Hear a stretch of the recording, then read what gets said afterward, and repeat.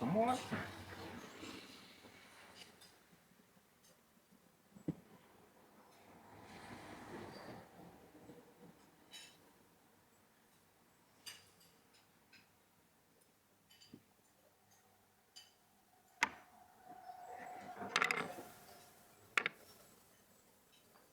bây giờ mình chặt cô lại mỗi một cái gì hả?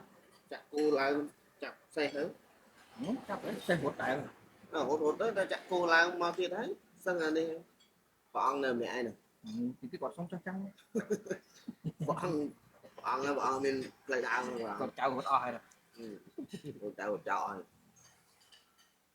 sang như này nó quá này nó vậy nên bao nhiêu không nghe bao nhiêu mong lẽ vậy thì mấy chặt sao lại bây giờ này thôi nó mua là thì mua mình nhỏ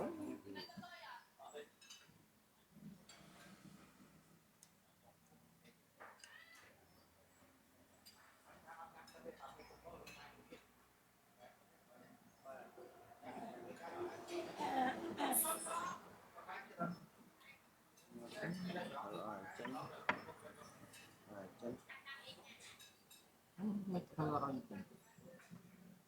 rồi bọn mình chân xịt xì tiệt chặt xịt đó không xài xì tiệt đâu chặt xương này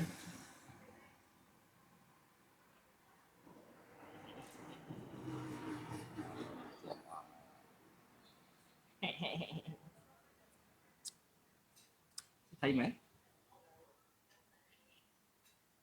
thấy cắt gì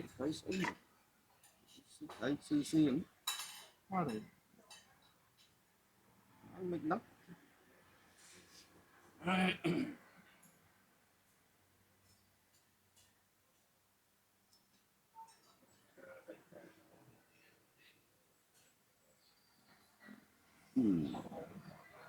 ông cam sao nếu mà ừ. nó Ồ. tiên Rồi.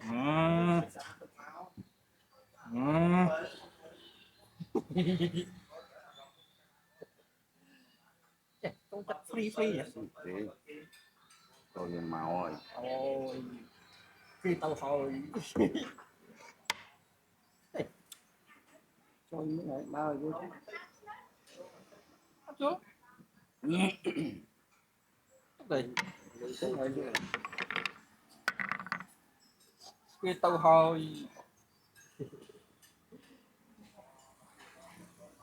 free tàu hồi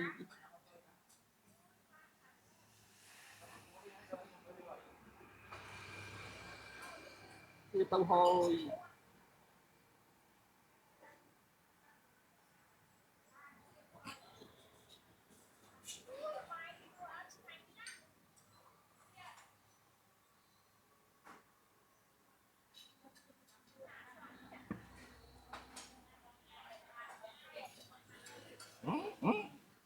kìa xịt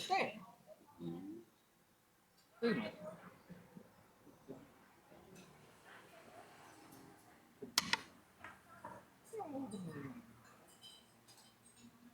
ta bàn tên rồi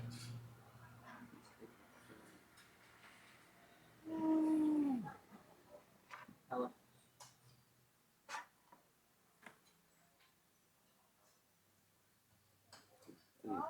ốc ốc ốc này mà này ốc ly mươi ốc đấy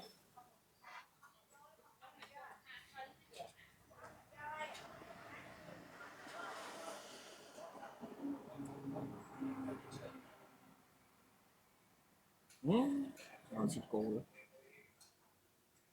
mau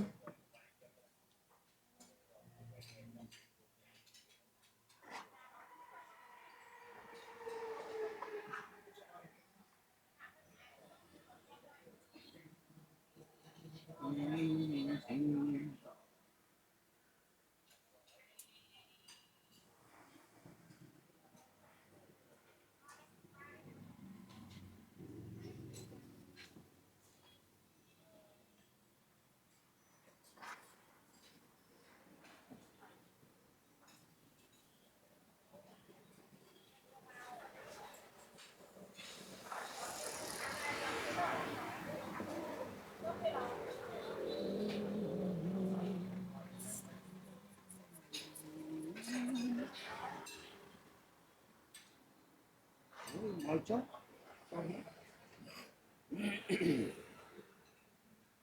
Oh my god.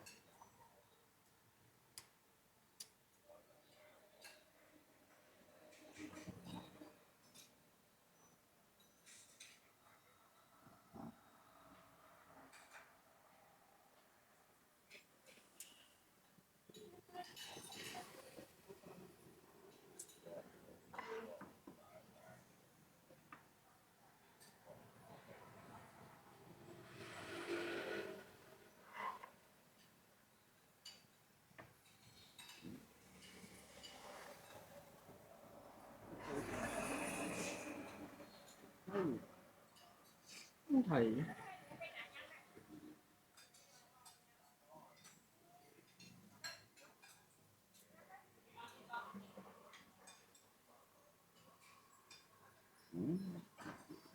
Nó kia đấy.